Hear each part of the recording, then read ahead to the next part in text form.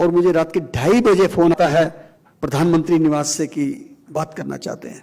तो मैं घबरा गया, मेरे रोंगटे खड़े हो गए। तो लोग कहते थे कि देखो कफन बेचता है, कोई कहते थे लाशों का व्यापार करता है, मेरे सके कहते थे, सके खून के रिश्ते वाले।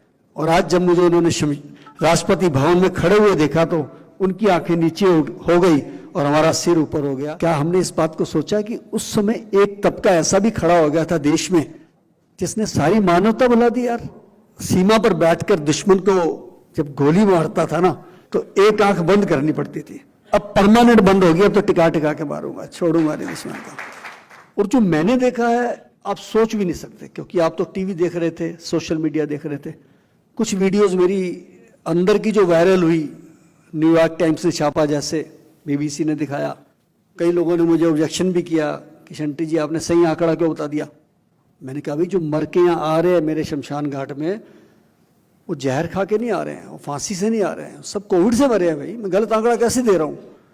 जिस शमशान घाट पे 2 की एवरेज थी 20 साल से, और आज 200 आ रहे हैं, तो इसका मतलब बहुत परले आ गई है। परले वाकई में परले थी जी। 2-3 हादसे तो मैं भूलता ही नहीं हूँ। जैसे एक परिवार से मुझे फोन आता है, मग्गो परिवार था मेरे एरिया का, कि हम सब कोविड में हैं, माता जी चले गए हैं, शंटी जी कैसे करें।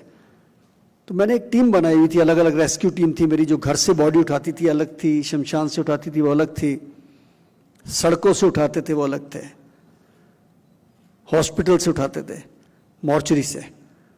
तो मैंने कहा ठीक है मैं खुद आ रहा हूँ यार, मैं आपका जानकार हूँ। और उनकी माताजी की बॉडी को सैनिटाइज करके पैक करके मैं लेके आया। अगले दिन मुझे फोन आता है कि शंटी जी पापा जी भी चले गए, नेक्स्ट डे। अब जिस घर में 2 दिन के अंदर 2 मौत उठती हैं, उससे जो सोचिए। और चौथे दिन मुझे फोन आता है कि शंटी जी भाई भी चला गया। अब वो परिवार कैसे उभरे होंगे आप सोचिए ना। मेरी निगाह में ऐसी भी फैमिली है जिसके घर में 3 विधवा बहनें बैठी हैं, 3 दरानी जेठानी, तीनों विधवा, 3 लोग चले गए। अब इससे क्या सीखा हमने, देखिए अब जो हुआ वो दुख का समय आया चला गया। अक्सर हम दुख के बाद सुख आता है तो दुख को भूल जाते हैं, और ये प्रकृति का नियम है। कोविड ने हमको जीना सिखाया, कोविड ने हमको हमारी औकात सिखाई। जो बहुत उछलते थे ना, अपने आप को बहुत ज्यादा उछलते थे कि हमारे से बड़ा कोई नहीं है, हमारे से बड़ा बंगला किसी का नहीं है, हमारे से बड़ी गाड़ी किसी के पास नहीं है, मेरे से बड़े बेटे किसी के नहीं है, किसी के लंदन में सेटल है, कनाडा में सेटल है। उनको परमात्मा ने शिक्षा दी। ये मिजाज ही तो बदला कि करोड़पति भी घर के अंदर बैठा था, रिक्शे वाला भी घर के अंदर बैठा था, और रोटी की थाली दरवाजे के नीचे से आ रही है। दिखा दी ना औकात आपको इंसान कि आप कुछ नहीं है। एक शक्ति और भी है ऊपर, बहुत बड़ी शक्ति है वो। ये तो हमारे देश के ऊपर कृपा है भगवान की कि यहाँ के लोग दयावान बहुत हैं। चाहे वो धार्मिक संस्थाएं हैं, चाहे एनजीओ हैं। अगर कोई प्रदेश जा रहा था प्रवासी, उसको भी रोटी खिला रहे थे, उसको भी जूते पहना रहे थे, पानी पिला रहे थे। ये हमारे देश में और कहीं नहीं ऐसा है।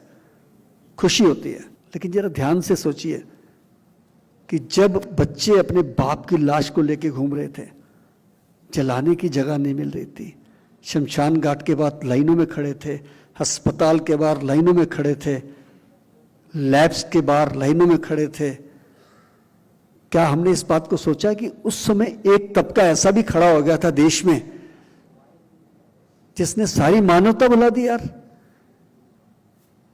2000 वाला इंजेक्शन 2 लाख में, एक 400 रुपए का टेस्ट 10,000 रुपए में लैब के अंदर। क्या हो रहा था? 300 रुपए की पीपी किट 8-8 हजार रुपए की हॉस्पिटल के अंदर, 1000 रुपए की एम्बुलेंस 50,000 में। पढ़ा होगा सबने, टीवी में देखा भी होगा। भाई मैं कई हादसे तो भूलता ही नहीं हूं कि एक प्रिंसिपल स्कूल की मुझे फोन करती है कि मैं मिलिट्री हॉस्पिटल हो धोला कुआं में हूं बेटा, मेरे हस्बैंड सीरियस हैं, मैं सीरियस हूं, 27 साल के बच्चे की डेथ हो गई है, सुबह से पड़ा है, कोई उठाने वाला नहीं है। अब मेरे पास इतनी मजबूरी थी कि वहाँ 40 बॉडी का उस समय, मैंने कहा आंटी जी आप किसी तरीके ले आइए, संस्कार मैं करा दूंगा।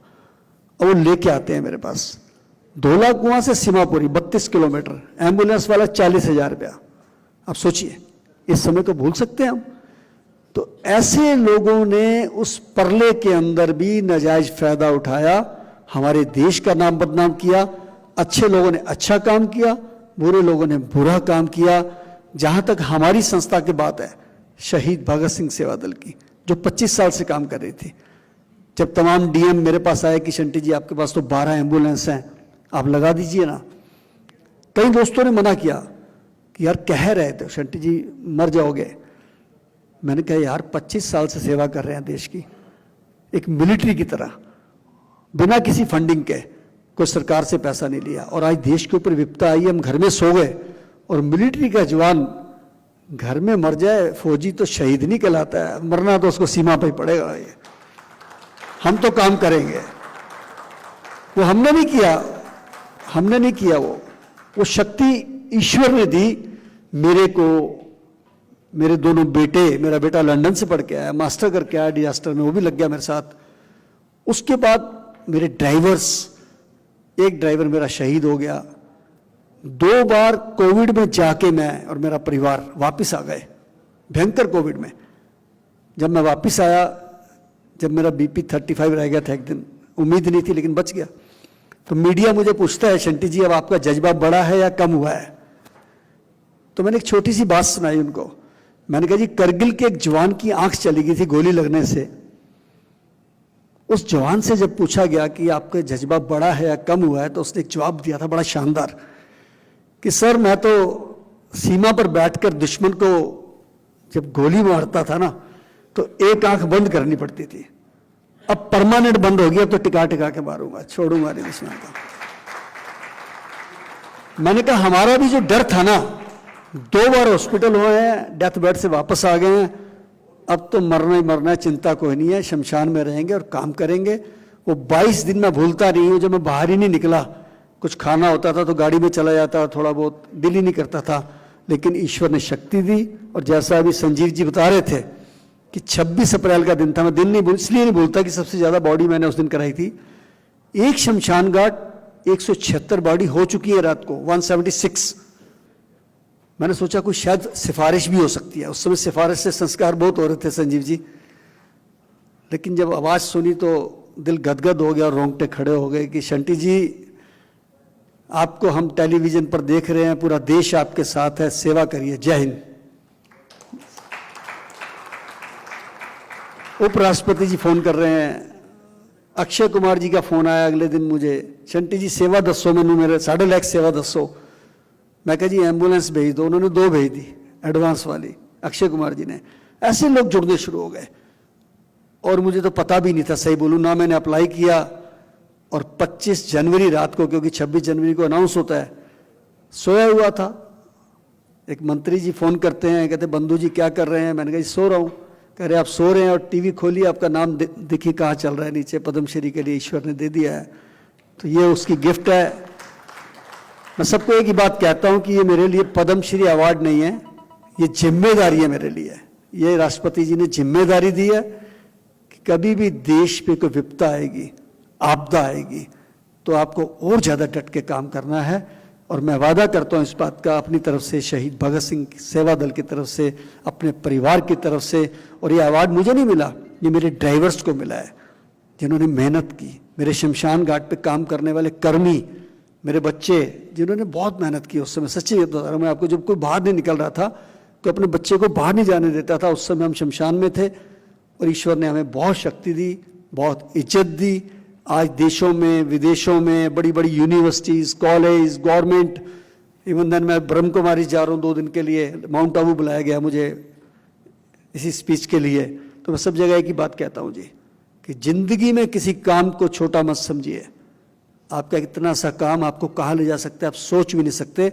जब 27 हो गए, 27 साल पहले मैंने जब शमशान का सेवा शुरू की थी, तो लोग कहते थे कि ये देखो कफन बेचता है, कोई कहते थे लाशों का व्यापार करता है, मेरे सके कहते थे, सके खून के रिश्ते वाले। और आज जब मुझे उन्होंने राष्ट्रपति भवन में खड़े हुए देखा, तो उनकी आंखें नीचे हो गई और हमारा सिर ऊपर हो गया। ये सारी ईश्वर की कृपा है। मैं बहुत बहुत धन्यवाद करता हूँ संजीव जी, आपका, आपकी पूरी टीम का, कि आपने बुला के मुझे इतना मान सम्मान दिया।